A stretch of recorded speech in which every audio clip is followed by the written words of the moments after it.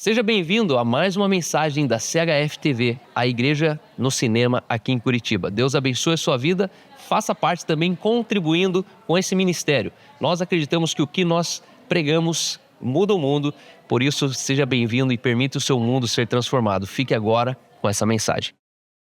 Queria dizer para vocês, eu tenho uma boa nova. Eu sou uma pessoa que na minha caminhada com Deus eu me meto em muitas furadas. E o que é uma furada? É alguma coisa que eu digo sim, mesmo sem saber se eu estou pronto para fazer. Então eu já fiz filme, já fiz teatro, já evangelismo com morador de rua, pregar em cadeia, hospital. Eu fiz um monte de coisa. E aí recebi a rádio, programa de rádio. Eu fiz muita coisa. Aí semana passada eu fui convidado para dar algumas aulas no Lidera. Na verdade, há mais de um mês que eu e o Carl conversamos e foi me dado o tema para falar sobre panorama do Antigo Testamento e do Novo Testamento.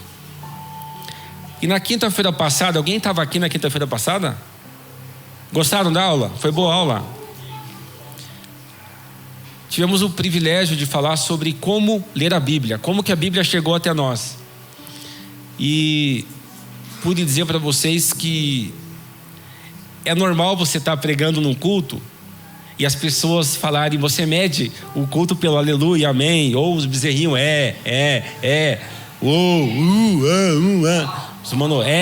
os monossilábicos. E quando você dá uma aula que você vê que as pessoas estão ali, é que você não vê ninguém levantar para ir tomar água. E as pessoas não conversavam. Então ficou todo mundo prestando atenção o tempo todo, assim, e foi muito legal. Então eu trouxe todas as minhas Bíblias que eu tenho em casa, mostrei. Eu voltei com menos Bíblia do que eu trouxe. Quem me conhece sabe que eu adoro dar Bíblia, porque é o que realmente conhecer esse livro aqui mudou a minha vida. E vai continuar mudando a minha vida e a vida das pessoas até o último dia. E eu só queria agradecer, Carl, obrigado pelo privilégio de dar essa aula e mais algumas que eu vou dar ainda. Para mim foi um grande desafio, porque eu nunca tinha dado uma aula. Foi a primeira vez que eu dei aula e foi apaixonante. Eu descobri mais uma coisa que, além de que coça a minha cabeça, coça minhas costas, pescar, pregar, Coca-Cola zero. Das coisas que eu gosto. Minha esposa, né? Pescar, né, velho? Mas minha esposa eu gosto mais. Mas já pegaram um dourado assim, ó. Eita bexiga! Dourado briga, o rei do rio.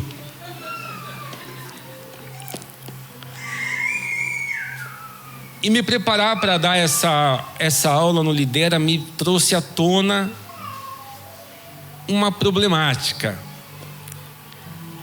Já percebeu que a igreja, eu já frequento a igreja há 20 e poucos anos, que eu sou crente de verdade desde 2009, que eu prego a Bíblia desde 2009. Eu já preguei milhares de vezes na minha vida. No começo, como é que eu pregava? Eu pregava assim: está escrito no livro tal, capítulo tal, versículo tal, e blá, blá, blá, blá, blá, blá, e lia, explicava o texto, amém, todo mundo vai embora, todo mundo feliz. Com o passar dos anos, a gente para de pregar para o povo e começa a pregar, muitas vezes, para si mesmo, ou para aqueles que estão próximos, que você sabe que tem o mesmo tempo de igreja que você. Então, ao invés de você discorrer um texto, a gente fala assim, como vocês sabem que está escrito lá que Daniel fez aquele negócio lá no leão lá. Só que a galera que chegou na igreja há menos tempo fala, Daniel, leão. E aí de repente você não sabe quem é Eliseu, quem é Elias, você não sabe quem é Nabucodonosor, você não sabe quem é Paulo, Silas, você não sabe que tem Judas Tadeu, Judas Iscariotes.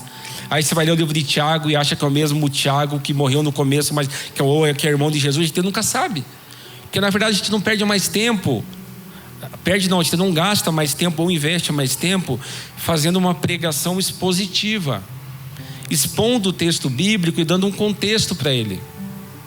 Aí eu pensei assim, cara, há quanto tempo que eu já estou fazendo isso? Sei lá, há muito tempo. Porque no fundo a gente monta uma pregação e a gente pauta ela com uma problemática, 3 tópicos e uma conclusão. Ou na loucurada lá, a gente vai lá e aquilo vem um download do céu e tal.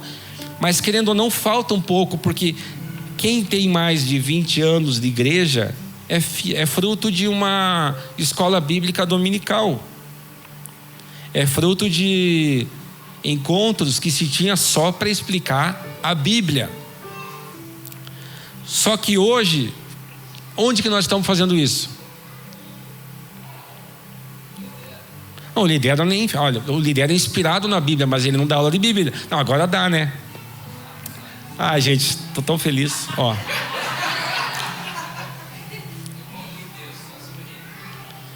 Não, o que eu tô...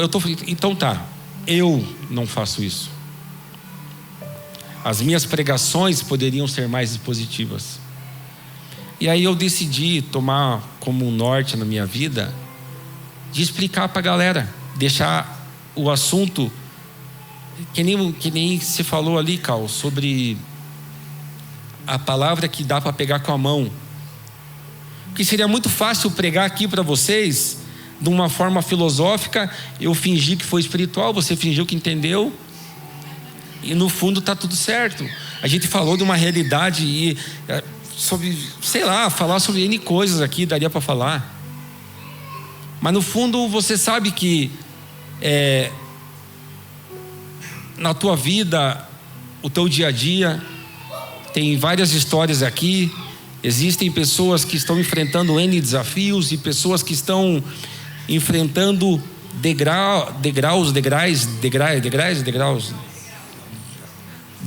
no plural na sua frente. Meu Deus. Pô, vai casar, vai ter filho, o filho está nascendo, o filho nasceu, sei lá, a gente vai ter uma perspectiva de futuro, mas a gente precisa estar embasado na palavra de Deus. Que querendo ou não, a gente tem que parar de ser aquele que fecha o olho e aponta, e Deus vai falar comigo. E é o que eu falei na aula, fazer Cantares, ok, teu seio é como a uva. Não é bem isso, né, Senhor? Bom, vamos lá de novo, vou tentar de novo aqui, Deus. Aí vai lá e abre, então carregarás sobre os ombros os teus pertences. Aí, tipo assim, não, a gente está na hora de, como crente, a gente desfrutar de uma palavra que a gente entenda. Essa palavra que a gente tem que entender, manejar bem a palavra. Então eu quero pregar nessa noite falando de um personagem. Esse personagem ele era um cara que ele viveu à luz daquilo que ele podia viver da melhor forma. Talvez seja você, talvez seja eu, alguém que, cara, eu era o melhor jogador de futebol, ou eu era o melhor técnico de informática, eu era o melhor, sei lá, cara, bancário, eu era a melhor dona de casa. E você era o melhor. E Paulo, ele era o melhor, porque ele era fariseu, ele era da tribo de Benjamim, segundo a lei, ele era irrepreensível, era o cara que guardava as leis de Deus.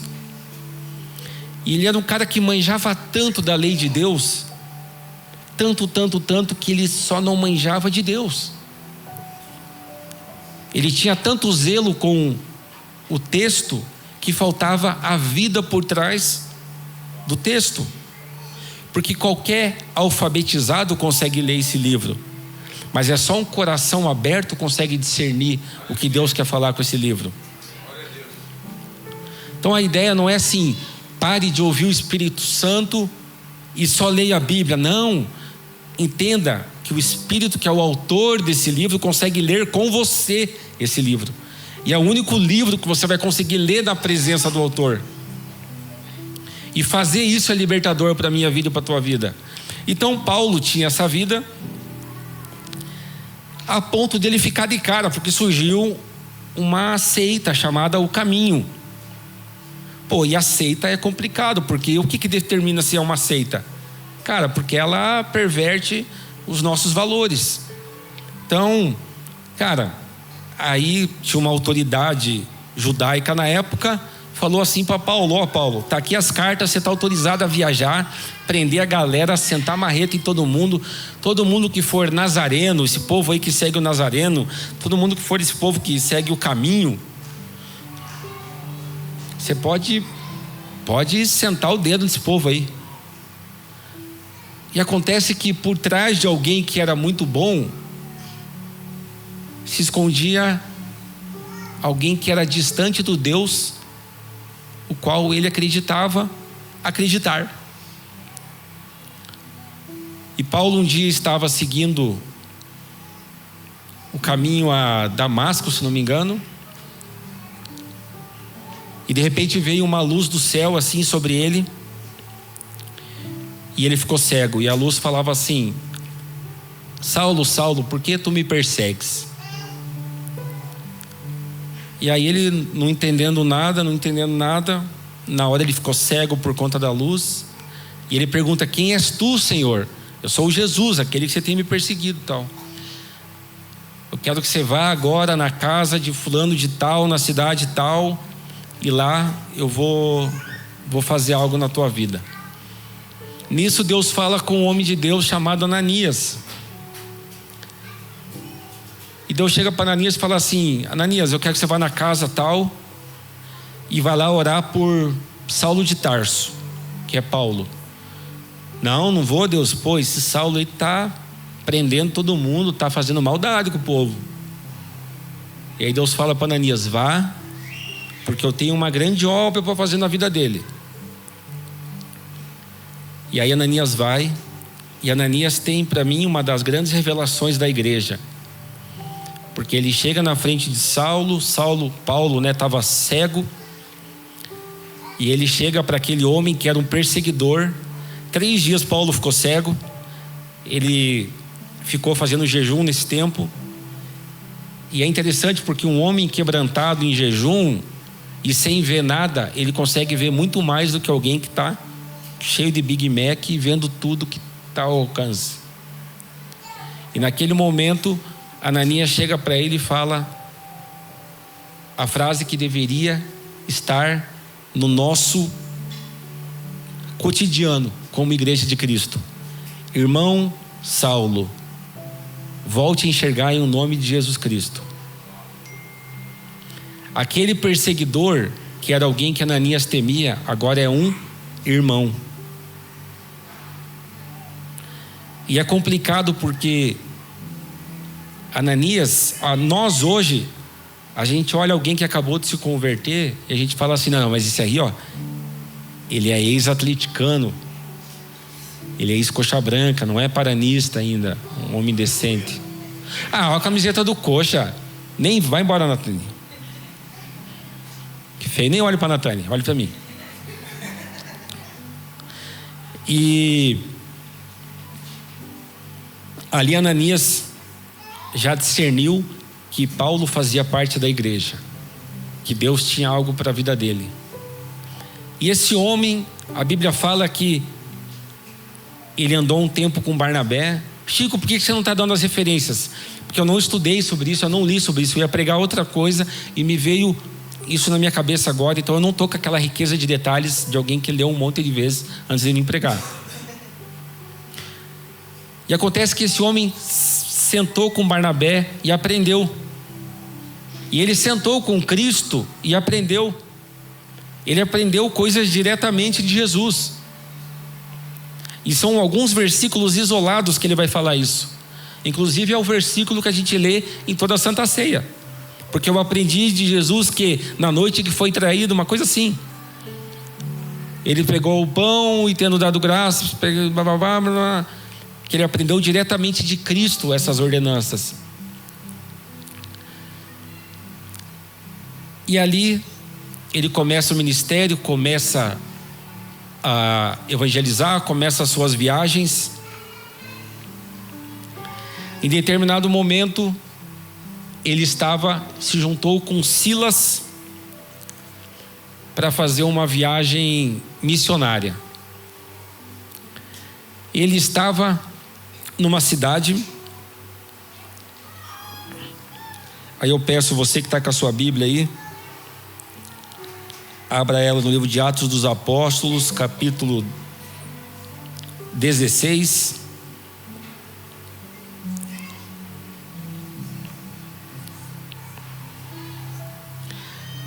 Paulo estava procurando um lugar para orar. De repente chegou uma menina, a partir do versículo 16.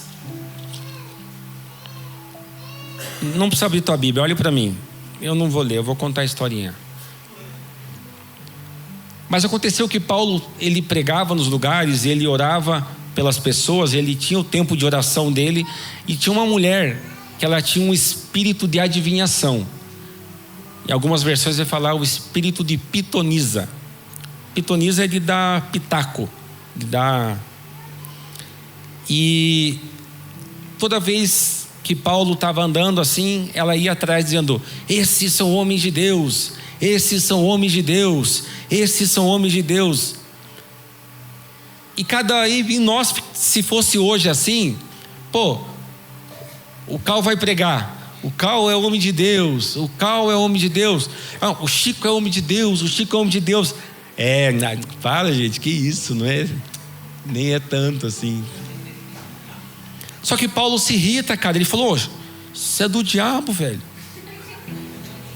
Ele olha para ela e fala assim: sai em nome de Jesus. E realmente aquele espírito saiu dela. Porque aquilo que estava falando, isso que exaltava Paulo, não era de Deus. Era algo maligno, para talvez tentar perverter o coração de Paulo e Silas. E aí é o primeiro ponto dessa pregação, que é: o homem de Deus discerne o que realmente é certo. Não é porque é bonito que é uma boa oportunidade. Que o homem sem foco, ele é vítima até de uma boa oportunidade, que vai perverter o coração, aquilo que é certo. Aí, continuando, saiu o espírito da adivinhação, o demônio da adivinhação. Só que aquela mulher era serva de uns caras. E os caras falaram assim: lascou, que a gente ganhava dinheiro com essa mulher adivinhando as coisas. A mulher não adivinha mais nada. Começaram a inventar mentiras sobre Paulo e Silas. Inventaram mentira, fizeram uma fusarca na cidade. E de repente, o que aconteceu com Paulo e Silas? Foram presos. E aí Paulo e Silas, a Bíblia fala que eles estavam na cadeia, louvando a Deus. Quando de repente aconteceu uma coisa: um terremoto. E de repente todas as grades caíram. A parede da cadeia caiu. E para um preso, imagina no Brasil. O cara fala: que eu vou ficar aqui, sai, tchau. O cara sai correndo. O carcereiro viu aquela cena, falou assim: cara, a hora que os romanos descobrirem que essa galera presa fugiu, eles vão me matar. Mas eu não vou deixar ninguém me matar. Eu mesmo vou me matar. Olha o cara. A hora que ele foi se matar, Paulo falou assim: ops, não se mate. Estamos todos aqui. Segundo o valor dessa pregação. Enquanto Paulo e Silas estavam cantando na prisão, eles conseguiram mudar o coração de outros presos para que também não fugissem. Ou seja, no meio do teu dia ruim, do dia que você for preso, acusado por algo que você não fez, por pessoas que só não gostam de você, entenda, você consegue ser frutífero até nesse dia ruim. A gente não pode se colocar num ponto de vítima. Coitado de mim, estou preso. Somos todos Chico, tá ligado? Hashtag Somos todos Chico. Chico injustiçado, coitado. Foi preso, coitado. Não, cara. O homem de Deus, até a prisão, ele como inocente, ele está indo lá para cumprir um propósito. E se ele for preso, porque tem motivo, aí ele vai pagar com a sociedade, mas também vai cumprir um propósito. Aquele carcereiro, ele não se mata. E é interessante porque naquele exato momento, o que ele faz? Ele se ajoelha aos pés de Paulo. E ele decide ali entregar a vida dele. Só que Paulo e Silas, eles apanharam antes, na hora que eles foram presos. Eles apanharam bastante, porque eles estavam machucados.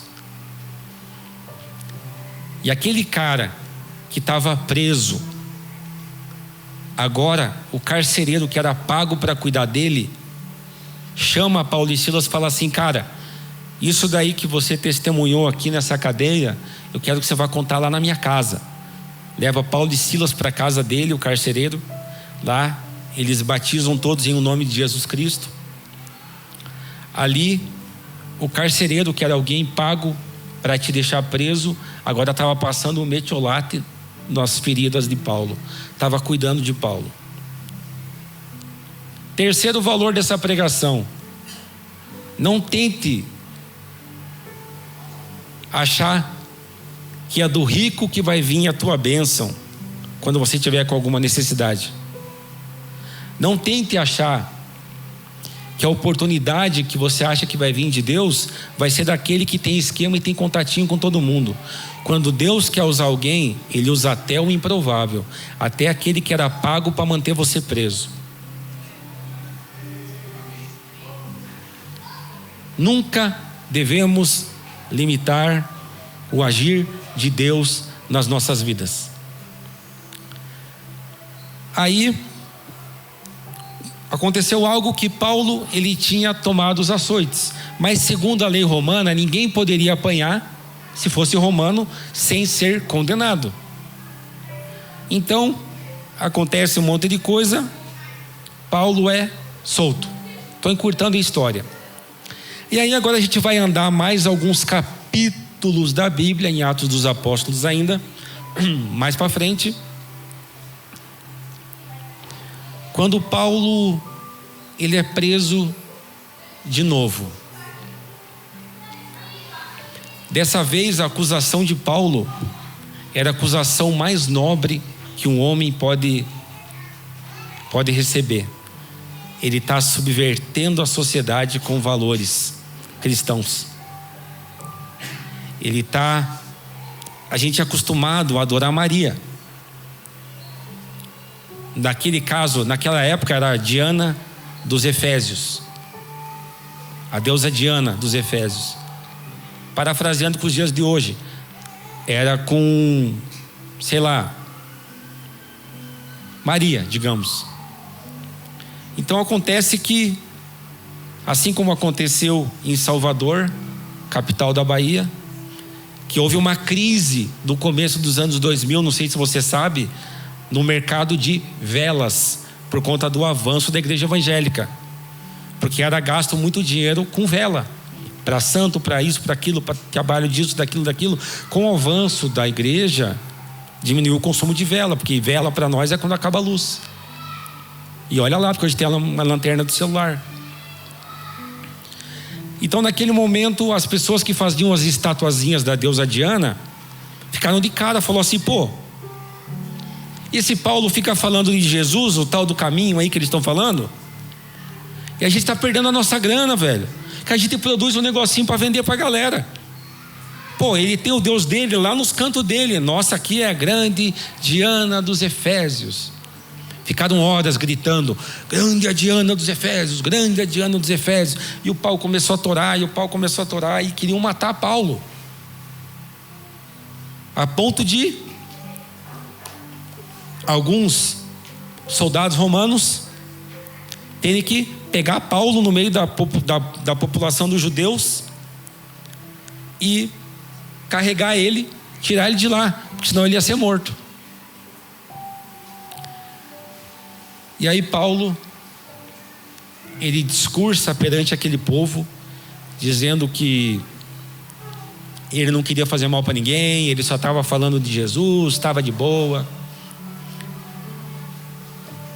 Os judeus já estavam de cara querendo matar Paulo, porque ele tá detonando com a nossa fé. Ele falou que vai acabar com o templo, ele falou que Moisés não vale nada, Moisés é moleque. Parafraseando com os dias de hoje. Então estava todo mundo querendo matar Paulo. Só tinha um cara que queria Deus, o Paulo vivo, que era Deus. E para Paulo já bastava. Nesse contexto, Paulo discursa para o povo. Depois ele discursa para uma autoridade da cavalaria, lá dos centuriões. Depois ele discursa para um governante. Aí o governante deixa Paulo preso por 2 anos. Desses 2 anos, Paulo é julgado e descobre que os judeus querem matar Paulo. E aí Paulo, já sei, eles querem me matar, mas como assim querem me matar? O sobrinho de Paulo descobriu, ele ficou sabendo que 40 judeus fizeram um voto de anátema. Fizeram um voto tipo assim, a gente não vai comer nada, a gente é maldito por Deus. Olha a ideia dos caras. Se nós não matar Paulo, ninguém vai comer até Paulo estar morto. Nós vamos matar ele. Ficou sabendo que ele vai ser transferido de um lugar para outro e nós vamos matar ele. Paulo ficou sabendo e ele fez algo que só um cidadão romano poderia fazer. Como ele sabia que ele ia ser morto, ele vai lá e faz o seguinte: então, já que está todo mundo me julgando aqui das autoridades romanas, eu apelo para César, quero falar com o imperador. É a mesma coisa que falar assim, eu quero invocar o Supremo Tribunal para julgar o meu... É subir uma instância. Paulo tinha esse direito porque ele era um cidadão romano. E aí, de fato, agora é o que eu queria falar com vocês hoje. Paulo, ele estava seguindo para Roma para se encontrar com o imperador. Só que um tempo antes, quando ele estava, se não me engano, eu não lembro a cidade, ele recebeu uma profecia de um cara chamado Ágabo. Falou assim: Paulo, onde que você está? Você está pensando em ir para Jerusalém? Paulo falou: eu tenho que ir para Jerusalém e eu tenho pressa porque eu tenho que ir para Jerusalém. E Ágabo pegou o cinto de Paulo, amarrou o pé e as mãos e falou assim: assim diz o Senhor, o homem a quem pertence esse cinto, ele vai ser tratado em Jerusalém. E Paulo falou assim: cara, eu vou fazer o que Deus tem para mim. E é complicado porque aí é mais um valor dessa pregação de hoje. A gente recebe uma profecia e acha que ela é para nos livrar de algo. Paulo não foi liberto pela profecia de Ágabo, não vai para Jerusalém. Paulo, não, eu vou. Só que agora eu sei que eu estou lascado. Mas eu vou fazer o que eu tenho que fazer. Isso me traz para alguns anos atrás. Eu estava pregando numa igreja.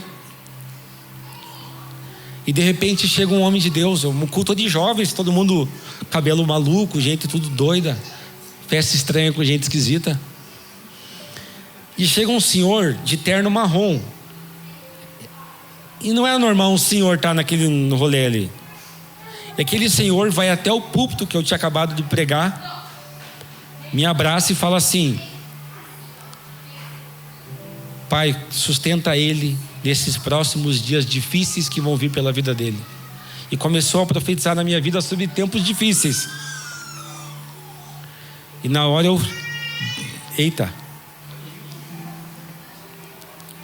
Passa alguns dias, eu fico cego de um olho. E precisava fazer uma cirurgia bem séria no meu olho para não perder a visão dele. E foi uma situação bem difícil, Mas eu lembro que no meio dessa situação, eu lembrei da pregação desse cara, dessa palavra profética que eu recebi, que não tinha a ver com me liberar do processo, mas tinha a ver com alguém que me sustentaria durante o processo. Era uma cirurgia cara que eu consegui o valor para pagar. Eu comecei a enxergar depois da cirurgia mais do que enxergava antes. Então aconteceram alguns milagres na minha vida. Voltando para o texto. Então em Jerusalém acontece o que Paulo foi preso, e aí ele foi julgado daí dessa vez pelos judeus, aí ele é preso pelos romanos, aí ele apela para César e agora ele vai para Roma. Lá querem matar ele no caminho, ele apelou para Roma, não vai mais. E naquele tempo não tinha Uber, Paulo foi de navio, não tinha avião. E Paulo fala assim: cara, vou falar um rolê para vocês, a gente não deveria ir nessa viagem aí. E a galera, não, vamos sim, estamos com pressa. E Paulo estava preso, tinha um monte de guarda cuidando dele. E aí, em determinado momento, eles estavam enfrentando o vento sul. E só quem é pescador sabe o que é o vento sul, né, Diego? O Diego sabe o que é o vento sul. Ele quase morreu no Mato Grosso. Mas ia morrer pescando, né? Tipo, nossa, morreu fazendo o que gostava.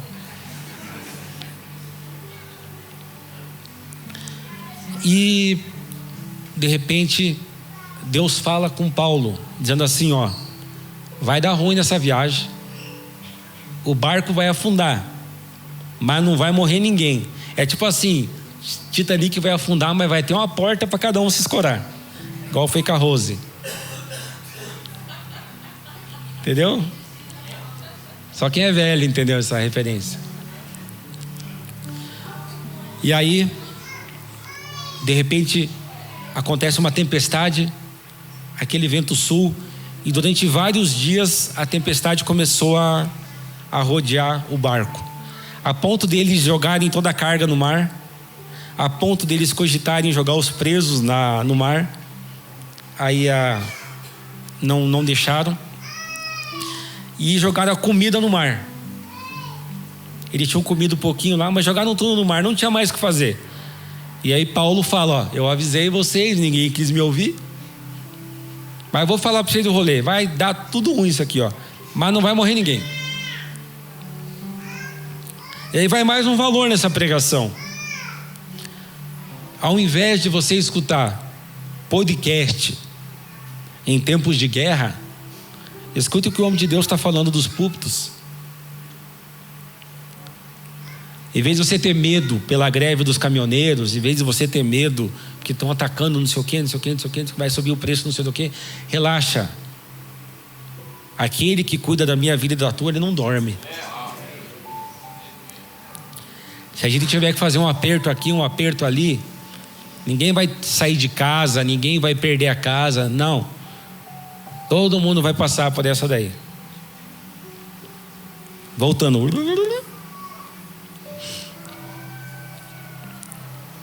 De repente o barco bate num banco de areia, se despedaça de vez, e aí naquele qualquer pedaço de madeira virou bote. Todo mundo se agarrou no negócio e chegou todo mundo na margem de uma ilha chamada Malta. Chegaram na ilha de Malta. Pensa Paulo, cara, tô preso sem motivo, cara,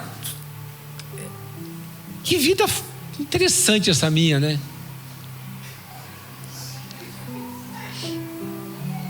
Mas ele sabia que ele era homem de Deus, e onde houver um homem de Deus, acho que até uma empresa ela é poupada em tempos difíceis. Quantas empresas não foram à falência na pandemia porque tinha homem de Deus lá? Chegaram na ilha, todo mundo molhado, estava frio. Começaram a juntar os gravetinhos para jogar no fogo, para se esquentar. Paulo vai se esquentar, né? Coisa boa. Ele pega o gravetinho, olha que ele joga, sai uma cobra e gruda na mão dele. É uma vida muito fácil de Paulo. Tranquilo. Qualquer um poderia desanimar. Mas não este homem, Paulo Klimberman. Já viu? Joseph Klimberman. Mas não esse homem.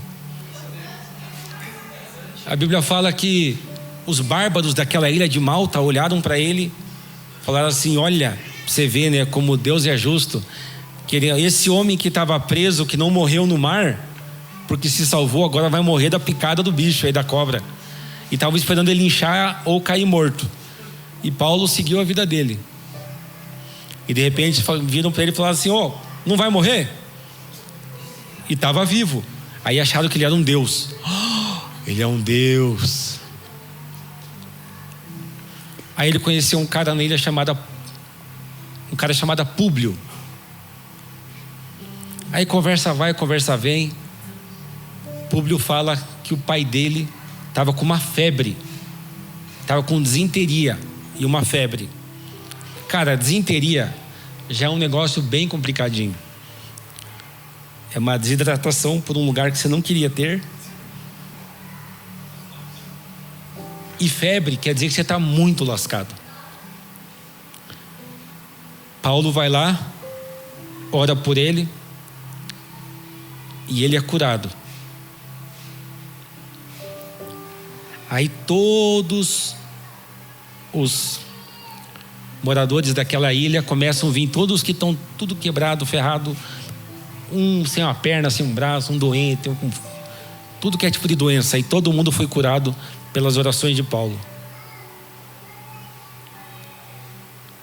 Que vou falar para você uma coisa: o homem de Deus, quando ele é exprimido, o que sai dele? O homem de Deus, quando ele passa por situações desafiadoras, o que sai do homem de Deus? É o Deus da vida do homem. Paulo, quando ele foi mais exprimido pela adversidade, foi onde ele revelou mais aquele caráter da presença de Deus.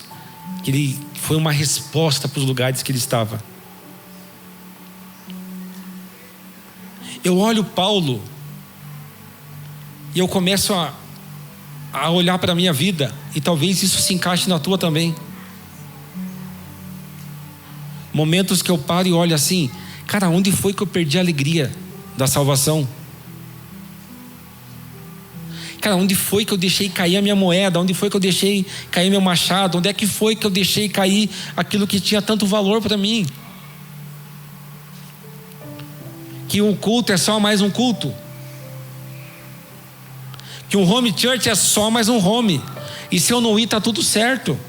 Eles vão se dar bem sem mim lá.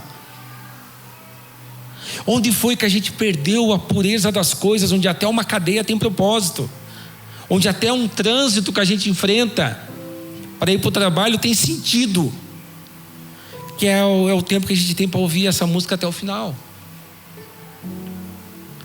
Ou se o trânsito parou, talvez lembrar de alguém e mandar uma mensagem de áudio.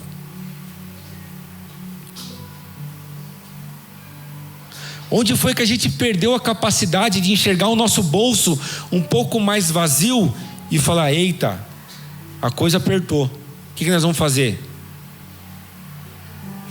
Vamos fazer o que todo mundo faz. Vamos fazer uma economia. Agora vamos fazer o que o homem de Deus faz, a mulher de Deus faz. Vamos orar. O que Deus manda fazer? Faz um bolo para o profeta com o resto da comida que você tem. Assim foi com aquela viúva que ia morrer lá no Antigo Testamento. Ela não tinha mais o que comer, ela tinha para fazer um bolo, era aquele bolo e ela ia morrer. E chega um profeta, estilo, sei lá, Silas Malafaia, com bigodinho e tal, e vê que ela tá pela boa, tá ruim, né? Falou: o que você tem aí? Eu tenho um punhado de farinha, um pouco de azeite. Faz um bolo para mim então. Qual vai ser a tua reação, cara? Fala: é prosperidade, é tudo para ele. Mas quando é o homem de Deus, a gente fala assim: agora pega todas as vasilhas que você tem, vai na casa da vizinha, pega a vasilha, pega a Tupperware, pega pote de margarina, pote de sorvete que está vazio, que tem feijão. Não tem feijão porque está sem comida, né? Mas pega todos os potes que você tem. E ali começou a aparecer o milagre na vida dela. O homem de Deus, ele não vive por aparência.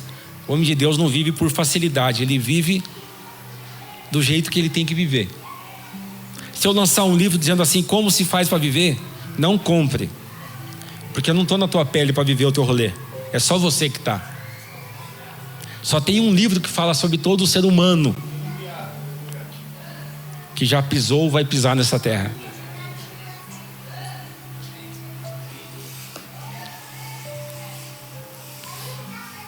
E aí eu vejo que Paulo, no meio de toda essa bagunça,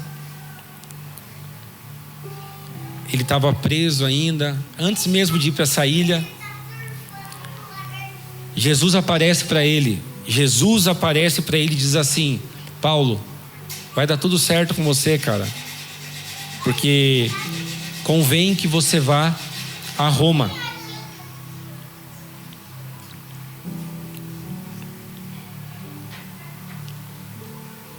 E talvez algo que eu sempre falei quando eu ia pregar na cadeia é que tem cela que é prisão, mas tem cela que é proteção. Que tem um momento que você está vivendo na tua vida que você foi parar naquele hospital para ser luz na vida de alguém. Que talvez essa situação financeira que você está enfrentando não tem a ver com você, mas tem a ver com quem você vai curar amanhã. Nós, homens de Deus, temos a capacidade de gerarmos cicatrizes que são feridas que não doem mais.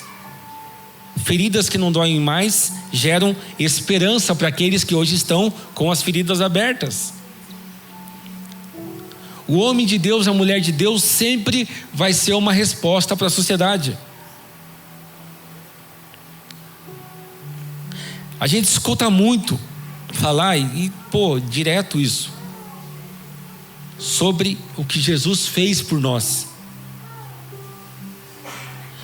E hoje 2 músicas falaram a mesma expressão, que eu não sei falar em inglês como é que pronuncia. Worldly. Como é que é? Worthy. É assim? Para falar digno? Como é que é? Worthy. Worthy is the Lamb. Que a gente traduziu para ficar digno é o Senhor. Só que se você for analisar na história, esse digno é o cordeiro, que é o Lamb, que é o cordeiro. Era o que o sumo sacerdote fazia quando o Felipe ia levar o cordeiro dele para matar pelos pecados dele. Então, o sumo sacerdote pegava o animal e falava assim: não tem mancha, é digno. Mata e faz todo o procedimento ritual daquela época judaico. Mas o que declarou Jesus como sendo digno? Aí Jesus é levado na presença de Pilatos. E chegam para ele. E Pilatos chega para Jesus e fala assim: você é de fato aí o rei dos judeus? Como estão falando? E Jesus fala assim: sou. E ele olha para aquilo, olha para os judeus, olha para Jesus, olha para os judeus, para Jesus, e fala assim: não vejo culpa nesse homem. Digno é o cordeiro, não tem culpa sobre ele, não tem nada nele digno de morte. Ali Pilatos foi o sumo sacerdote que deu o comando para que Jesus pudesse ser crucificado e fosse morto pelo meu pecado e pelo teu. Quando eu falo de Paulo, é de alguém que talvez se formou na Federal, que talvez se formou na PUC, talvez é pós-graduado em um monte de coisa, ou talvez é bem sucedido vendendo carro, vendendo consórcio, vendendo alguma coisa e prospera em muita coisa. Aí casou muito bem, teve filhos lindos. E olha para si e fala assim: cara, não tenho nada. O que de fato importa? Aí você olha para um homem que tinha tudo aos olhos humanos. Ele tinha um currículo invejável para a época. E ele mesmo diz: e tudo aquilo que eu era, quando eu conheci Jesus, eu considero como um esterco perto dele. Tudo aquilo que me fazia grande não é nada na presença dele.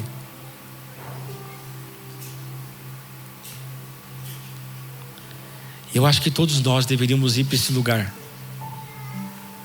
de achar que tudo é nada na presença dele. Talvez a gente perdeu esse lugar. A gente chama esse lugar de primeiro amor, mas a gente nunca deveria ter saído desse lugar. A gente nunca deveria ter saído do lugar de quebrantamento. A gente nunca deveria ter normalizado as coisas, porque quando a gente normaliza as coisas, Deus tem o dever de me abençoar, e não mais eu tenho o dever de abençoar os irmãos. E aí é porque eu ofertei, é porque eu orei, é porque eu determinei. Não, velho, para, você não é tão gostoso assim. É por conta de Cristo, cara. O que sobra de nós fora do tênis Vans que a gente usa, fora do dinheiro que está na nossa conta, da marca da nossa roupa, do tablet, do iPhone, do não sei o que, do carro importado, do carro que é normal, do ônibus, do Pinheirinho, do Santo Quitéria, sei lá, como você vai embora, como você chegou. O que sobra de você de tudo isso? Se até os filhos que você tem hoje um dia vão embora.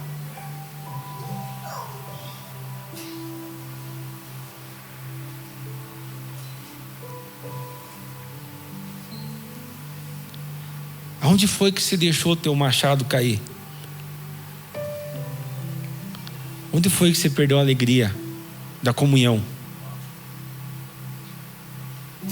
Porque onde falta alegria, sobra opinião. Pô, não concordo com isso. Nossa, olha o fulano o jeito que faz. Ai, o ar estava ligado, muito alto. Ai, o volume. Para que pendurar as caixas lá em cima? Aí se cai em alguém.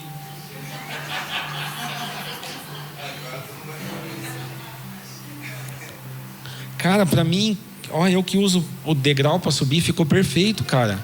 Porque era um pepino subir com aquela caixa ali. Isso é uma coisa que vocês nunca perceberam, mas para mim foi bom. Agora o dia que vocês colocarem com o irmãozinho ali, aí vocês vão deitar, ó.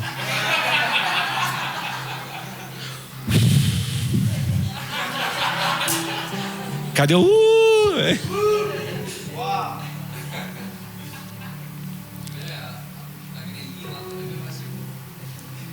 Na grelhinha vai ser bom. Um dia eu enfiar o pé ali, vocês vão ver o griteiro que vai ser isso aí.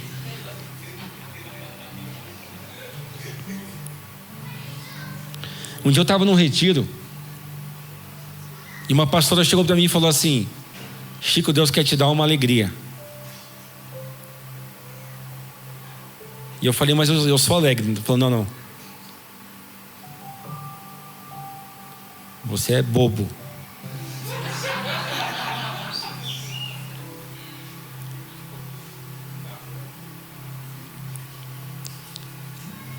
Demorei muitos anos para entender que eu era bobo. Porque atrás das piadas que eu fazia tinha alguém que era inseguro. Eu preferia que você me notasse pelas coisas legais que eu falava do que pelo jeito que eu andava. Por alguma insegurança. Era o que Deus quis fazer comigo. Aí cá estou eu, 40 e poucos anos,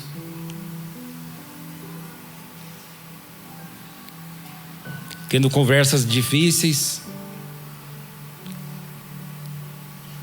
xingando gente que não deveria,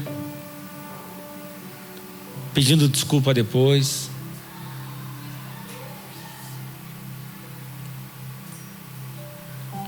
Olhando na janela e falando para Deus assim: onde foi que eu deixei cair o meu machado, cara? Me devolve a alegria da tua salvação. Faz eu me lembrar de quem eu era antes, para eu entender daquilo que eu fui salvo. Eu não posso achar normal estar aqui em cima. Eu não posso achar normal casar com a mulher que eu tenho. Eu não posso achar normal ficar 6 horas preparando uma mensagem e eu não abrir nada. Tem 5 páginas escritas ali, eu não abri nada. Isso não é normal.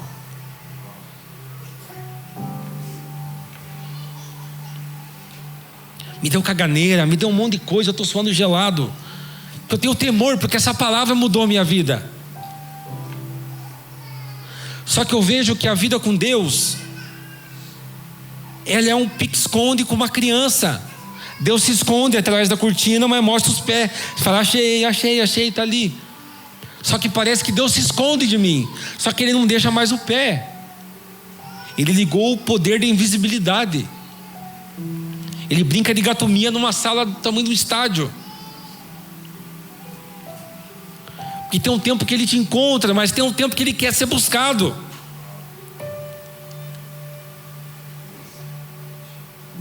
E às vezes é numa cadeia, às vezes é no hospital, às vezes é tendo muita coisa e não vê sentido nisso. Às vezes até uma criança maravilhosa no colo e fala assim: por que eu não estou tão feliz? Não, você não está errado, você só entendeu que a alegria não está nisso. Isso daí é uma bênção que Deus te dá. Mas o que deixa um homem pleno é o Deus que pode dar todas as coisas para um homem. Nada do que Deus faça com você vai ser maior do que um segundo na presença dEle. Que você... É o que eu falei, eu não consigo chamar Deus de você, cara. Ai, você não tem intimidade. Não tem intimidade, pronto, não tenho. Mas eu não consigo porque eu pichava muro, velho. Eu era todo virado em brinco, era maloqueiro. Eu era tipo... Minha mãe me apelidava de favelinha, porque eu era um favelado, cara. A minha palavra não tinha importância. Eu era mentiroso, eu era bobo, minha piada era pesada, eu não tinha nada de bom. Eu era magrelo, parecia hoje estou gordo, bom, gordão.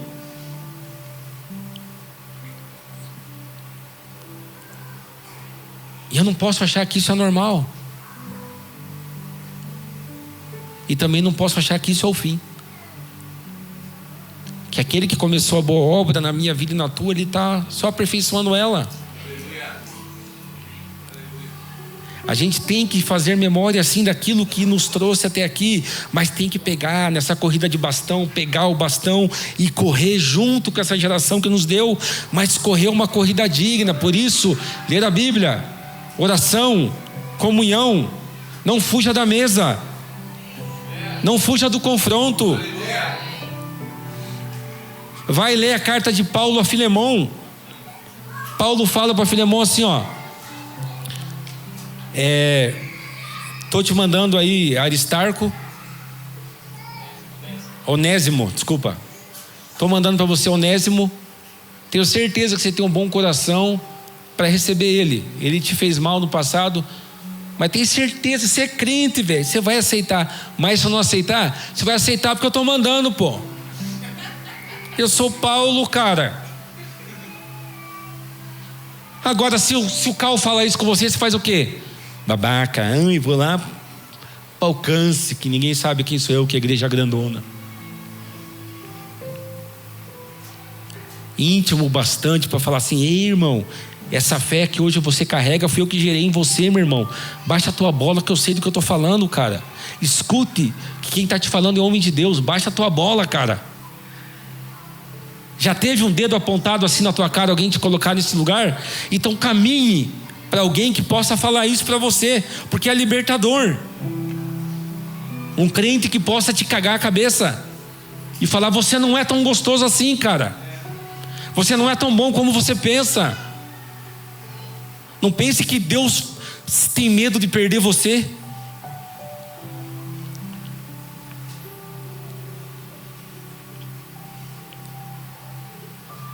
E aí, entendendo isso, velho, a igreja é um grande rolê de gente diferente, que quando está junto se completa.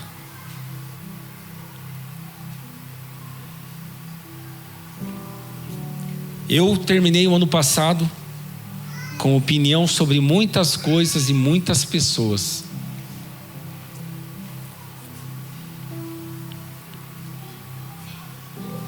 E esse ano eu só quero tomar café com quem quiser tomar café. Quero curtir o que eu gosto na vida. Quero pregar. Quero ouvir pregações. Quero ter tempo de comunhão. Se tiver que chorar em velório, vamos.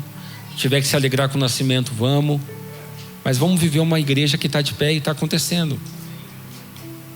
Não quero te convidar a procurar um podcast sobre a revelação da guerra e o fim do mundo, mas quero te dizer que, como diria Billy Graham, eu li a última página da Bíblia e lá diz que vai ficar tudo bem.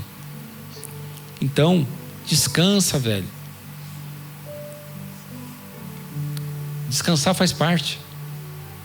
Deus dá aos seus enquanto dormem. Pai, nós te louvamos, Senhor. Te louvamos pelos dias que nós estamos vivendo. Nós te louvamos porque nós somos uma geração de indesculpáveis, Senhor. Nós não queremos ter desculpa para as situações. Pai, que sejamos conhecidos como pessoas que cumprem um propósito, não pessoas que são vítimas de um acaso. Pai, que amanhã, quinta-feira, a gente possa entender que uma rua fechada é uma nova oportunidade de um novo caminho. Que quando a internet caia, para a gente olhar para quem está do lado. Quando alguém vem na nossa mente é para mandar apenas um oi, ou talvez abençoar a vida daquela pessoa. E se todo mundo não gosta de alguém, a gente tem que dar um segundo olhar para aquela pessoa, que existe um tesouro escondido na vida daquela pessoa que ninguém está vendo. Que possamos ser a igreja que vê oportunidade no meio de dias difíceis. Que possamos ser uma igreja que não se embriaga nos dias bons, mas serve mesas nos dias bons. Que sejamos conhecidos pela comunhão e pela arte de brigar juntos, sem se separar. E que teu nome seja sempre prevalecido em nosso meio. Alegra os nossos corações, Senhor, para que possamos ser a igreja, aquela igreja que não precisa entregar panfleto na praça, mas a igreja que só precisa estar aberta, porque a comunhão está acontecendo, porque Deus ia aumentando e enviando os salvos para aquele lugar, e acrescentando o número dos salvos.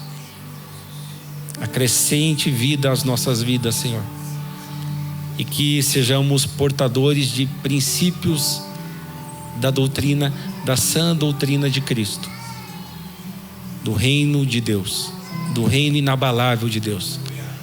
Em nome de Jesus. Amém.